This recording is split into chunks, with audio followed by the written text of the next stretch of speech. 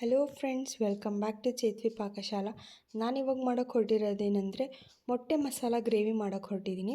ಹೇಗೆ ಮನೆಯಲ್ಲಿ ಸಿಂಪಲ್ಲಾಗಿ ಮನೆಯಲ್ಲಿರುವ ಇಂಗ್ರೀಡಿಯೆಂಟ್ಸ್ನ ಯೂಸ್ ಮಾಡಿಕೊಂಡು ಈಸಿಯಾಗಿ ಮೊಟ್ಟೆ ಗ್ರೇವಿ ಹೇಗೆ ಮಾಡೋದು ನೋಡೋಣ ಬನ್ನಿ. ಮೊದಲಿಗೆ ನಾನೊಂದು ಮಿಕ್ಸಿ ಜಾರ್ ತೊಗೊಂಡಿದ್ದೀನಿ. ಹಾಗೆ ಅದಕ್ಕೆ 1 ಕಪ್ ಕಾಯಿ ತುರಿ ಹಾಕ್ಕೊಳ್ತಾ ಇದ್ದೀನಿ. ಹಾಗೆ 4 ಲವಂಗ, 2 ಚಕ್ಕೆ, ಹಾಗೆ ಒಂದು ಏಲಕ್ಕಿ ಹಾಕ್ಕೊಳ್ತಾ ಇದ್ದೀನಿ ನಾನು. ಹಾಗೆ 1/4 ಕಪ್ಪು ಕಡಲೆ ಹಾಕ್ಕೊಳ್ತಾ ಇದ್ದೀನಿ. ಹಾಗೆ ಪುದೀನ ಮತ್ತು ಕೊತ್ತಂಬರಿ ಹಾಕ್ಕೊಳ್ತಾ ಇದ್ದೀನಿ ನಾನು. ಹಾಗೆ ಒಂದು ಮೀಡಿಯಮ್ ಟೊಮ್ಯಾಟೊನ ಹೆಚ್ಕೊಂಡು ಹಾಕ್ಕೊಳ್ತಾ ಇದ್ದೀನಿ. ಹಾಗೆ ಒಂದು ಸ್ಮಾಲ್ ಸೈಜ್ ಈರುಳ್ಳಿನ ಕಟ್ ಮಾಡಿ ಹಾಕ್ಕೊಳ್ತಾ ಇದ್ದೀನಿ. ಹಾಕ್ಕೊಂಡು ನೀರು ಹಾಕ್ಕೊಂಡು ನೀಟಾಗಿ ಸಣ್ಣಗೆ ಗ್ರೈಂಡ್ ಮಾಡ್ಕೊಳ್ಳೋಣ.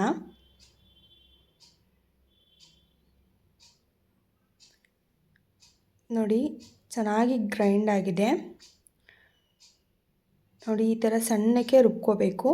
ಹಾಗೆ ನಾನಿಲ್ಲಿ 4 ಸ್ಪೂನ್ ಎಣ್ಣೆ ಹಾಕ್ಕೊಳ್ತಾ ಇದ್ದೀನಿ.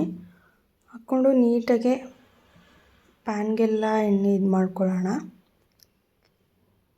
ಹಾಗೆ ನಾನಿಲ್ಲಿ ಮೀಡಿಯಮ್ ಸೈಜ್ ಈರುಳ್ಳಿನ ಕಟ್ ಮಾಡಿ ಹಾಕ್ಕೊಂಡಿದ್ದೀನಿ, ಉದ್ದುದ್ದಕ್ಕೆ ಹೆಚ್ಕೊಂಡು ಹಾಕ್ಕೊಂಡಿದ್ದೀನಿ. ನೀಟಾಗಿ ಹುರ್ಕೊಳ್ಳೋಣ ಈರುಳ್ಳಿನ. ನೀಟಾಗಿ ಕೆಂಪು ಆಗೋವರೆಗೂ ಈರುಳ್ಳಿನ ಹುರ್ಕೊಳ್ಳೋಣ.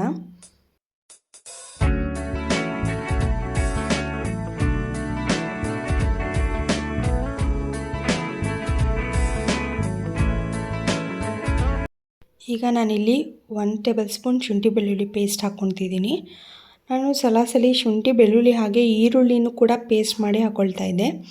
ಈ ಸಲ ಬರೀ ಶುಂಠಿ ಹಾಗೆ ಬೆಳ್ಳುಳ್ಳಿ ಮಾತ್ರ ಪೇಸ್ಟ್ ಮಾಡಿ ಹಾಕ್ಕೊಂಡಿದ್ದೀನಿ. ಹಾಗೆ 1/4 ಟೇಬಲ್ ಸ್ಪೂನ್ ಅರಿಶಿನ ಹಾಕ್ಕೊಳ್ಳೋಣ. ಹಾಕ್ಕೊಂಡು ನೀಟಾಗಿ ಹುರ್ಕೊಳ್ಳೋಣ. ಈಗ 1 ಟೇಬಲ್ ಸ್ಪೂನ್ ಹಚ್ಚ ಖಾರದ ಪುಡಿ, ಹಾಗೆ 1 ಟೇಬಲ್ ಸ್ಪೂನ್ ಧನಿಯಾ ಪುಡಿ, ಹಾಗೆ 1 ಟೇಬಲ್ ಸ್ಪೂನ್ ಉಪ್ಪು ಹಾಕ್ಕೊಳ್ಳೋಣ. ಉಪ್ಪನ್ನ ಮುಂದೆ ನೀವು ಬೇಕು ಅಂದರೆ ನೋಡಿ ಹಾಕ್ಕೊಳ್ಳಿ, ಟೇಸ್ಟ್ ನೋಡಿ ಹಾಕ್ಕೊಳ್ಳಿ. ನೀಟಾಗಿ ಮಸಾಲೆ ಹುರ್ಕೊಳ್ಳೋಣ. ಎಲ್ಲ ಮಸಾಲೆ ಹುರ್ಕೊಳ್ತಿದ್ದಂಗೆ ಎಣ್ಣೆ ಬಿಡ್ತಾ ಇರುತ್ತೆ ಮಸಾಲೆ. ಈಗ ನಾವು ರುಬ್ಬಿರುವಂಥ ಮಸಾಲೆನ ಹಾಕ್ಕೊಳ್ಳೋಣ. ಹಾಕ್ಕೊಂಡು ಮಿಕ್ಸ್ ಮಾಡ್ಕೊಳ್ಳೋಣ. ನೋಡಿ, ಈ ಮೊಟ್ಟೆ ಮಸಾಲ ಗ್ರೇವಿ ಚಪಾತಿಗೆ, ದೋಸೆಗೆ, ಹಾಗೆ ಪರೋಟಾಗೆ, ರೈಸಿಗೆ ಕೂಡ ಚೆನ್ನಾಗಿರುತ್ತೆ. ನೀವೇನಾದರೂ ಮುದ್ದೆ ಮಾಡಿದ್ರೆ ಅಯ್ಯೋ ಗ್ರೇವಿ ಇದೆ ಸಾಂಬಾರು ಮಾಡಬೇಕಲ್ಲ ಅನ್ನೋ ಚಿಂತೆ ಇಲ್ಲ. ಈ ಗ್ರೇವಿಲಿ ಕೂಡ ತಿನ್ಬೋದು ಮುದ್ದೆನ, ತುಂಬ ಟೇಸ್ಟಿಯಾಗಿ ಕೂಡ ಇರುತ್ತೆ. ನೋಡಿ, ನೀಟಾಗಿ ಹುರ್ಕೊಳ್ಳೋಣ. ಎಣ್ಣೆ ಎಲ್ಲ ಬಿಡ್ತಾ ಇದೆ, ಗ್ರೇವಿಯಲ್ಲಿ ಎಣ್ಣೆ ಎಲ್ಲ ಬಿಡ್ತಾ ಇದೆ. ಈಗ ನಾನು ರುಬ್ಕೊಂಡಿದ್ನಲ್ಲ ಮಿಕ್ಸಿ ಜಾರು, ಆ ಜಾರನ್ನೇ ನೀಟಾಗಿ ತೊಳ್ಕೊಂಡು ಮಸಾಲೆಗೆ ಹಾಕ್ಕೊಳ್ತಾ ಇದ್ದೀನಿ ನೀರು. ಎಕ್ಸ್ಟ್ರಾ ನೀರು ಹಾಕ್ಕೊಂಡಿದ್ದೀನಿ, ನೀವು ಹಾಕ್ಕೊಳ್ಳಿ. ಹಾಕ್ಕೊಂಡು ನೀಟಾಗಿ ಮಿಕ್ಸ್ ಮಾಡ್ಕೊಳ್ಳೋಣ. ಅಲ್ಲಲ್ಲೇ ಗ್ರೇವಿದು ಸ್ವಲ್ಪ ಗಂಟೆ ಥರ ಸಿಗುತ್ತೆ, ಸೊ ಅದನ್ನೆಲ್ಲ ನೀಟಾಗಿ ಮಿಕ್ಸ್ ಮಾಡ್ಕೊಳ್ಳೋಣ. ಈಗ 15 ಮಿನಿಟ್ಸ್ ಗ್ರೇವಿನ ಮುಚ್ಚಳ ಮುಚ್ಚಿ 15 ಮಿನಿಟ್ಸ್ ಬೇಯಿಸ್ಕೊಳ್ಳೋಣ. ನೋಡಿ, ಚೆನ್ನಾಗಿ ಬೆಂದಿದೆ ಗ್ರೇವಿ. ನೋಡಿ, ಕುದೀತಾ ಇದೆ. ನೀಟಾಗಿ ಮಿಕ್ಸ್ ಮಾಡ್ಕೊಳ್ಳೋಣ ಗ್ರೇವಿನ. ಹೈ ಫ್ಲೇಮಲ್ಲಿ ಕೊಟ್ಟರೆ ಸ್ವಲ್ಪ ತಳ ಹಿಡಿಯೋ ಥರ ಆಗುತ್ತೆ, ಸೊ ಹಾಗಾಗಿ ಮೀಡಿಯಮ್ ಫ್ಲೇಮಲ್ಲಿ ಬೇಯಿಸ್ಕೊಳ್ಳೋಣ. ನೋಡಿ, ತಿಕ್ನೆಸ್ ಕೂಡ ಕರೆಕ್ಟಾಗಿದೆ. ಈಗ ನಾನಿಲ್ಲಿ ಮೊಟ್ಟೆ ಬಿಡ್ತಾಯಿದ್ದೀನಿ. ನಾನು 4 ಮೊಟ್ಟೆ ಹಾಕ್ಕೊಳ್ತಾ ಇದ್ದೀನಿ. ನಿಮಗೆ ಬೇಕು ಅಂದರೆ ನೀವು ಎಕ್ಸ್ಟ್ರಾ ಹಾಕ್ಕೋಬೋದು. ನೋಡಿ, ಈ ಥರ ಮೊಟ್ಟೆ ಬಿಟ್ಟು ನೀವು ಕಲಿಸ್ಕೋಬೇಡಿ.